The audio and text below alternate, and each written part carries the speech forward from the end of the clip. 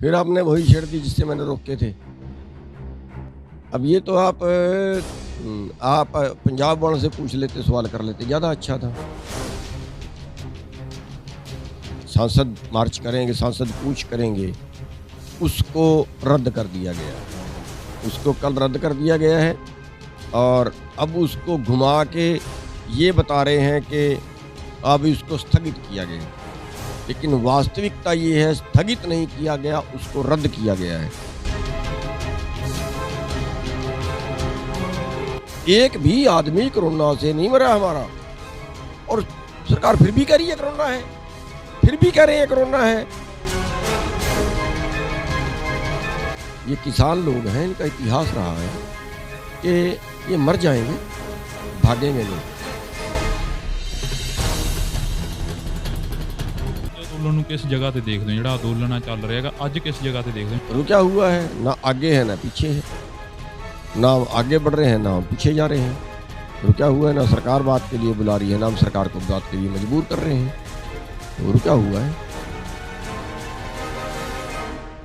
ਗੱਲ ਕਰਦੇ ਆਂਗੇ ਅੱਜ ਕਿਸਾਨੀ ਅੰਦੋਲਨ ਦਿੱਲੀ ਦੀਆਂ ਬਰੂਹਾਂ ਤੇ ਬੈਠੇ ਨੇ ਕਿਸਾਨ ਤੇ ਬੇਸ਼ੱਕ ਸਰਕਾਰ ਵੱਲੋਂ ਆਪਰੇਸ਼ਨ ਕਲੀਨ ਦੀ ਜਿਹੜੀ ਅਦਾਇਗੀ ਆ ਉਹ ਦੇ ਦਿੱਤੀ ਗਈ ਆ ਤੇ ਕਿਹਾ ਗਿਆ ਗਾ ਅਖਬਾਰਾਂ ਦੇ ਵਿੱਚ ਵੀ ਖਬਰਾਂ ਲੱਗ ਗਈਆਂ ਨੇ ਆਪਰੇਸ਼ਨ ਕਲੀਨ ਕਰਨਾਗਾ ਤੇ ਸਾਡੇ ਨਾਲ ਮੌਜੂਦ ਨੇ ਅੱਜ ਭਾਰਤੀ ਕਿਸਾਨ ਯੂਨੀਅਨ ਦੇ ਆਗੂ ਗੁਰਨਾਮ ਸਿੰਘ ਚੜੂਨੀ ਜੀ। ਚੜੂਨੀ ਸਾਹਿਬ ਸਵਾਗਤ ਹੈ। जी बहुत बहुत धन्यवाद।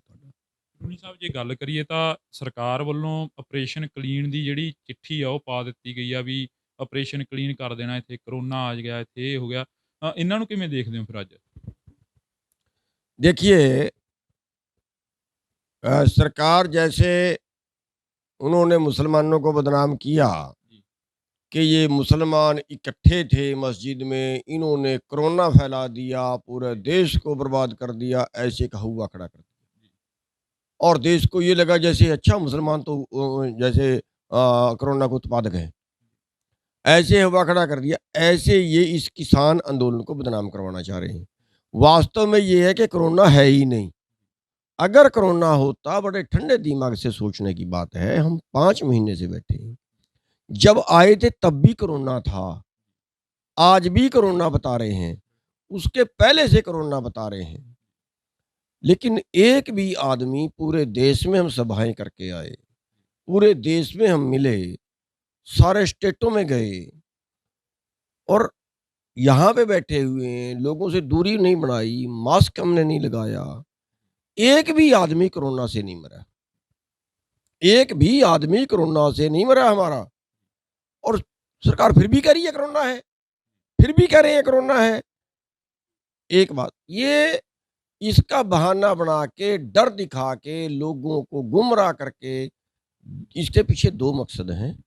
एक, कि लोग डरते कम संख्या में जाएँ, और दूसरा, भई हम लोगों को कहें, ये बात फैलाएँ, इनका जन समर्थन टूट जाए कि देखो अब तो कोरोना है, अब तो बड़ी विपदा में है, अब तो किसानों को उठ जाना चाहिए।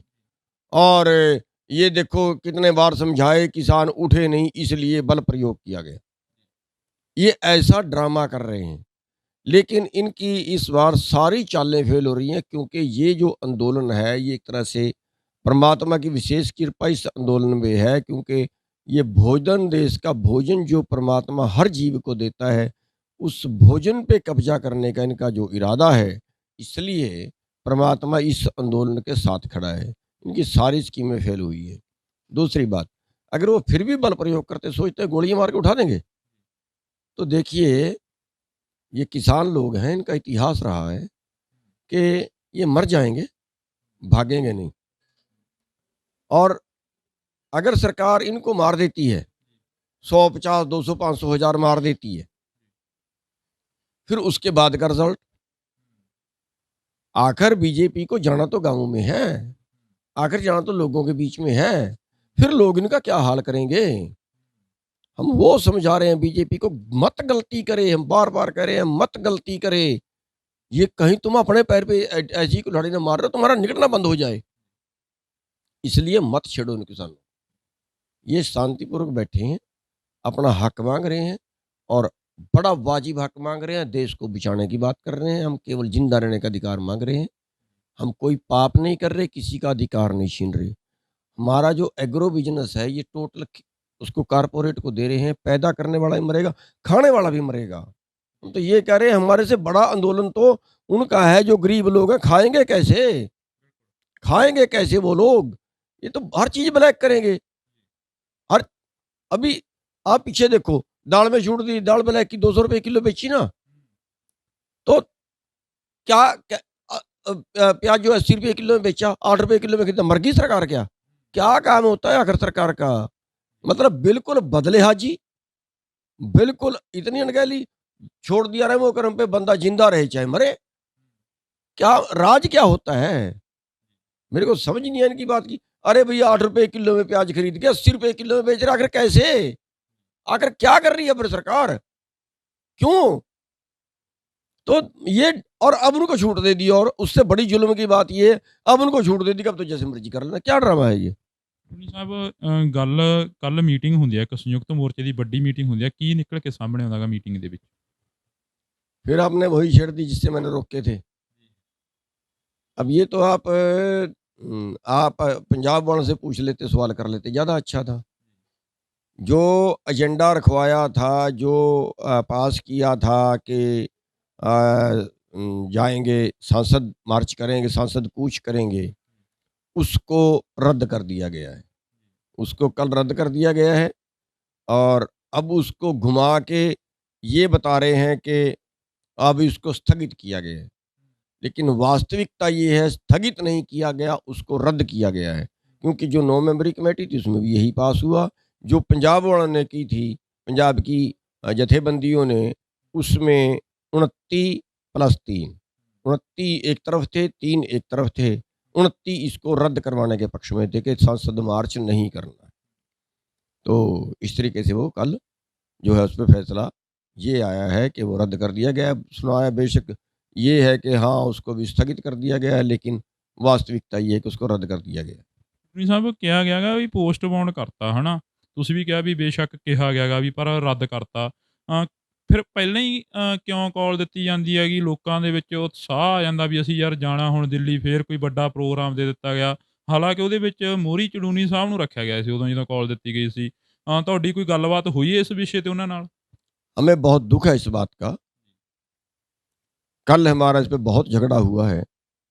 9 मेंबरी कमेटी में भी हुआ और फिर सारी में भी हुआ है। मुझे दुःख है इस बात का कि उस दिन की अध्यक्षता मैंने ही की थी, जिस दिन ये पास हुआ था। उस दिन की अध्यक्षता मैंने ही की थी, और पहले हमने हरियाणा के कमेटी में से पास किया था, और उसके बाद इसको संयुक्त मोर्चे में रखा था, जहाँ पे ये पास हो गया था। और अ, लेकिन कुछ लोगों को उसी दिन से इस पे हज़म नहीं हो रहा था। वो अपने-अपने तरीके से इसमें खलल डालना चाह रहे थे, रद्द कराना चाह रहे थे, लेकिन वो कामयाब हो गए, हम फेल हो गए। मुझे दुःख है इस बात का, और मैं जनता से माफ़ी भी माँगता हूँ इस बात पे कि मैं जितना ज़ोर लगा सकता था उतना लगाया, लेकिन उसके बावजूद भी ये हुआ जो मैंने आपको बताया है। अति दुखद है। मैं खुद उस बात से दुखी हूँ और बेबस हूँ। ਚੜੂਨੀ ਸਾਹਿਬ ਜੇ ਗੱਲ ਕਰੀਏ ਤਾਂ ਚੜੂਨੀ ਸਾਹਿਬ ਬੜੇ ਵੱਡੇ ਬਿਆਨ ਦਿੰਦੇ ਨੇ ਹਨਾ। ਜਿਹੜੀ ਗੱਲ ਦਿਲ 'ਚ ਹੁੰਦੀ ਆ ਉਹ ਲੋਕਾਂ ਦੇ ਸਾਹਮਣੇ ਰੱਖ ਦਿੰਦੇ ਨੇ ਲਿਜਾ ਕੇ। ਜੇ ਗੱਲ ਕਰੀਏ ਤਾਂ 26 ਜਨਵਰੀ ਨੂੰ ਵੀ ਤੁਹਾਡਾ ਬਿਆਨ ਆ ਜਾਂਦਾ ਵੀ ਅਸੀਂ ਜਾਵਾਂਗੇ, ਨੌਜਵਾਨਾਂ ਦੇ ਨਾਲ ਆ। ਉਸ ਤੋਂ ਬਾਅਦ ਆ ਜਾਂਦਾ ਬਿਆਨ ਵੀ ਅਸੀਂ ਸੰਸਦ ਦੇ ਵਿੱਚ ਕੂਚ ਕਰਾਂਗੇ, ਜੇ ਬੈਰੀਗੇਟ ਲੱਗੀ ਤਾਂ ਉਹ ਤੋੜ ਕੇ ਅੱਗੇ ਵੜਾਂਗੇ। ਫਿਰ ਇਦਾਂ ਦਾ ਕਿਉਂ ਕਰਦੇ ਨੇ? ਪਹਿਲਾਂ ਪੰਜਾਬ ਵਾਲੇ ਲੀਡਰਾਂ ਨਾਲ ਗੱਲ ਨਹੀਂ ਹੁੰਦੀ ਕਿ ਪੰਜਾਬ ਵਾਲੇ ਲੀਡਰ ਆਪ ਮੁਹਾਰੇ ਚੱਲਦੇ ਰਹਿੰਦੇ ਨੇ ਫਿਰ? ਯਾਰ ਫਿਰ ਹੁਣ ਮੈਂ ਫਾਲਤੂ ਬੋਲਾਂਗਾ ਫਿਰ ਫੁੱਟ ਪਏਗੀ ਸਾਡੇ 'ਚ। ਮੈਂ ਤੁਹਾਨੂੰ ਦੱਸ ਹਟਿਆ ਕਿ ਵੀ ਸੰਯੁਕਤ ਮੋਰਚੇ ਦੀ ਮੀਟਿੰਗ ਦੇ ਵਿੱਚ ਤੇ ਪਾਸ ਹੋਇਆ ਵੀ ਆਪਾਂ ਜਾਣਾ ਹੈ। ਫਿਰ ਉਦੋਂ ਬਾਅਦ ਕਿਹੜੀ ਭੀੜ ਹੋਊਗੀ? ਪੁੱਛਣ ਵਾਲੀ ਗੱਲ ਤਾਂ ਸੀ ਜੇ ਨਾ ਪੁੱਛਿਆ ਹੋਵੇ। देखो मैं अपने आप थोड़ा ही अनाउंस करता। संयुक्त संयुक्त मोर्चे की मीटिंग में पास हुआ है। पास होने के बाद ही तो अनाउंस किया है। उसके तो 24 घंटे बाद हमने प्रेस कॉन्फ्रेंस की है। आज पास हो गया है, प्रेस कॉन्फ्रेंस कल 5 बजे की है। कोई उसी वक़्त थोड़ा ही कोई मैंने जल्दबाजी में कर दिया, या ये हो गया कि मैंने कोई अपनी मर्ज़ी से कर दिया, ऐसा तो नहीं किया। सबके बीच में पास करके किया। लेकिन अब वो पता नहीं क्या किस नज़र से सोचते, किस वो तो उनको पता होगा, उसके बारे में मैं क्या कह सकता हूँ। ਚੂਨੀ ਸਾਹਿਬ ਅੱਜ ਅੰਦੋਲਨ ਨੂੰ ਕਿਸ ਜਗ੍ਹਾ ਤੇ ਦੇਖਦੇ ਹੋ? ਜਿਹੜਾ ਅੰਦੋਲਨ ਆ ਚੱਲ ਰਿਹਾ ਹੈਗਾ, ਅੱਜ ਕਿਸ ਜਗ੍ਹਾ ਤੇ ਦੇਖਦੇ ਹੋ? 26 ਨਵੰਬਰ ਤੋਂ ਬਾਅਦ 26 ਜਨਵਰੀ ਆਉਂਦੀ ਆ ਤੇ ਅੱਜ ਅੰਦੋਲਨ ਨੂੰ ਪੂਰੇ 4.5 ਮਹੀਨੇ ਹੋ ਗਿਆ, ਗਰਮੀ ਆ ਗਈ ਆ। ਕਿਸ ਜਗ੍ਹਾ ਤੇ ਦੇਖਦੇ ਹੋ? रुका हुआ है, ना आगे है ना पीछे है, ना हम आगे बढ़ रहे हैं ना हम पीछे जा रहे हैं। रुका हुआ है, ना सरकार बात के लिए बुला रही है, ना हम सरकार को बात के लिए मजबूर कर रहे हैं। तो रुका हुआ है। कब तक लग रहा है अभी सरकार बात जी के लिए बुला लेगी?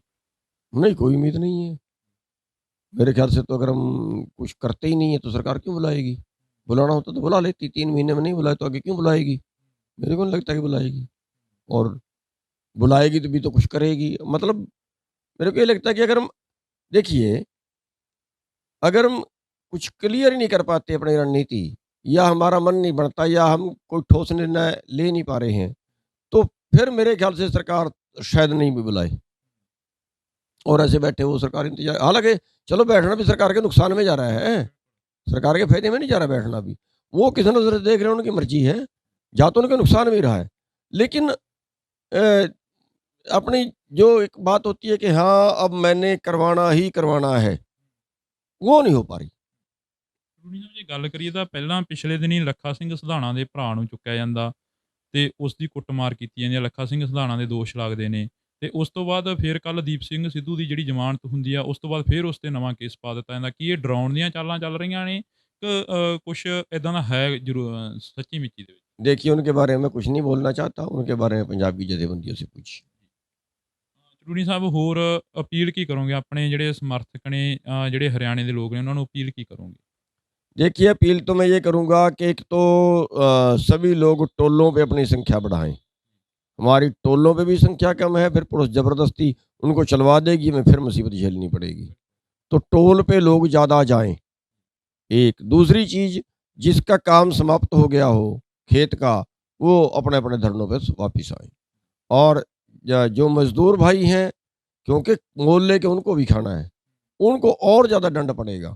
जितने भी मोहल्ले खाने, शहर वाले कर्मचारी जो भी हैं और व्यापारी हैं, आड़ती हैं, वो शायद ये सोच रहे हैं कि ये जो किसान बैठे हैं ना, शायद ये हमारी फ़ौज है, इनकी ज़िम्मेवारी है, शायद यही लड़ेंगे। नहीं, सबको आना चाहिए। जन आंदोलन है और ये धर्मयुद्ध है, सबको बचाने का है। देश को किसान अपने लिए थोड़े लड़ रहा है, सबके लिए लड़ रहा है। उन सबको आना चाहिए आंदोलन में। जो है वो इस तरह से नहीं है कि अपने-अपने घरों में बैठ जाएँ लोग और आंदोलन चलता रहे, नहीं। आना चाहिए उनको, सबको। जिसका काम समाप्त हो गया है, वो टोल पे भी ज़्यादा लोग बैठे और यहाँ भी आएँ।